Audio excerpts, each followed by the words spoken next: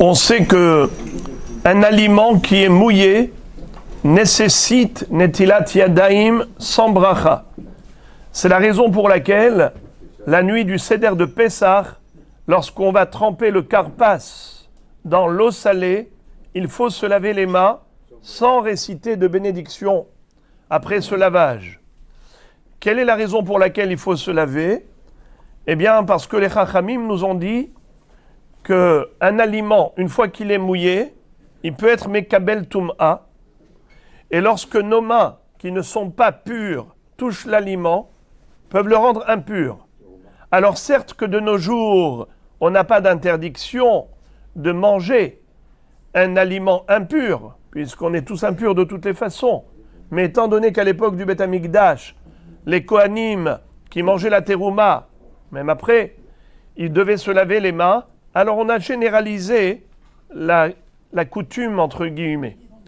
Et de ce fait, à chaque fois qu'on mange un aliment qui est mouillé, on doit se laver les mains d'abord. Mais c'est uniquement si le liquide qui a mouillé l'aliment fait partie de la liste des 7 liquides. Vous connaissez les 7 liquides? Oui. Par exemple, l'eau. Quoi encore? Le lait. Le miel. Le sang. Le vin. La rosée. Le vinaigre. Nachon? Très bien. Alors les amis, je vous pose la question. Est-ce qu'un beignet que vous mangez maintenant en ce moment à Hanouka, un beignet, quand il est trempé dans l'huile, parce que c'est le minhag de manger des beignets pendant Hanouka pour rappeler le le miracle de l'huile, n'est-ce pas? Alors, est-ce qu'il faut faire netilat yadayim avant de manger un beignet parce qu'il est trempé dans l'huile? Qu'est-ce que vous en dites? Allez, prenez le risque, n'ayez pas peur. Pourquoi non? Pourquoi pas? Parce que c'est pas un olive qui est plein dedans. C'est pas l'huile malade. Là, il a été cuit. Il a été frit plutôt. Et après, il a mis du sucre. Et alors, si c'est frit, c'est pas mouillé? Il n'est pas tellement imprégné de... J'entends. Hazak. C'est vrai que si le liquide qui est dans l'aliment n'est pas tofé à halmenat latfiar, vous savez c'est quoi tofé à halmenat latfiar? C'est que quand tu touches, c'est à peine humide.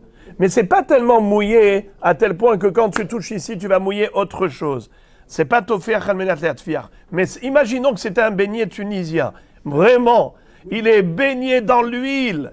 Nahon, imprégné. Dès que tu touches, tu peux même allumer la hanoukia avec ce beignet.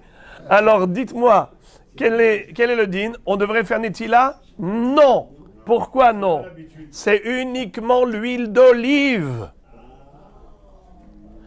C'est uniquement l'huile d'olive. Est-ce qu'on frit des beignets dans l'huile d'olive? Pas du tout. Alors, de ce fait, il n'y a aucun problème. Ça s'appelle en hébreu méperot. Vous savez c'est quoi méperot? Jus de fruits. Le jus de fruits n'est pas considéré un liquide. Le seul liquide qui est jus de fruits, les seuls liquides, c'est le vin, qui est le jus de raisin, et l'huile d'olive. Ce sont les seuls jus de fruits qui s'appellent mashke, liquide boisson. Les autres, le jus de pomme, le jus d'orange, tout ça, ça s'appelle zera be'alma. C'est juste la transpiration du fruit. Ça ne s'appelle pas un liquide, c'est la transpiration du fruit. Et de ce fait, je peux tremper un aliment dans le jus de fruit et le manger comme ça sans netilat yadayim, car il ne fait pas partie de la liste. Vous vous rappelez, vous avez récité tout à l'heure toutes sortes de liquides. Rappelez-vous le mnémotechnique. Yad, shahat, dam. Yad c'est yud, yain, dalet, devash, shin, shemen, het, halav, hometz, tet, tal, rosé, dam, devash, le dam et maïm, même maïm. Bikitsur, le jus de fruits ne fait pas partie. Et donc les huiles, toutes les huiles à part l'huile d'olive, c'est un jus de fruits qui ne fait pas partie des 7 liquides, et donc on n'a pas besoin. Quand est-ce qu'on aura besoin de faire netilat yadayim? Seulement si, après la friture, tu as pris le beignet, tu l'as mis dans du sirop. Alors quand on met du sirop, on a de l'eau. Quand vous faites le sirop, comment vous faites? Vous avez du sucre, vous mettez dedans de l'eau, et maintenant vous le trempez dans le sirop. Quand vous prenez un beignet enrobé de sirop, là il faut faire Netilat Yadayim sans bracha avant de le manger. Bon appétit.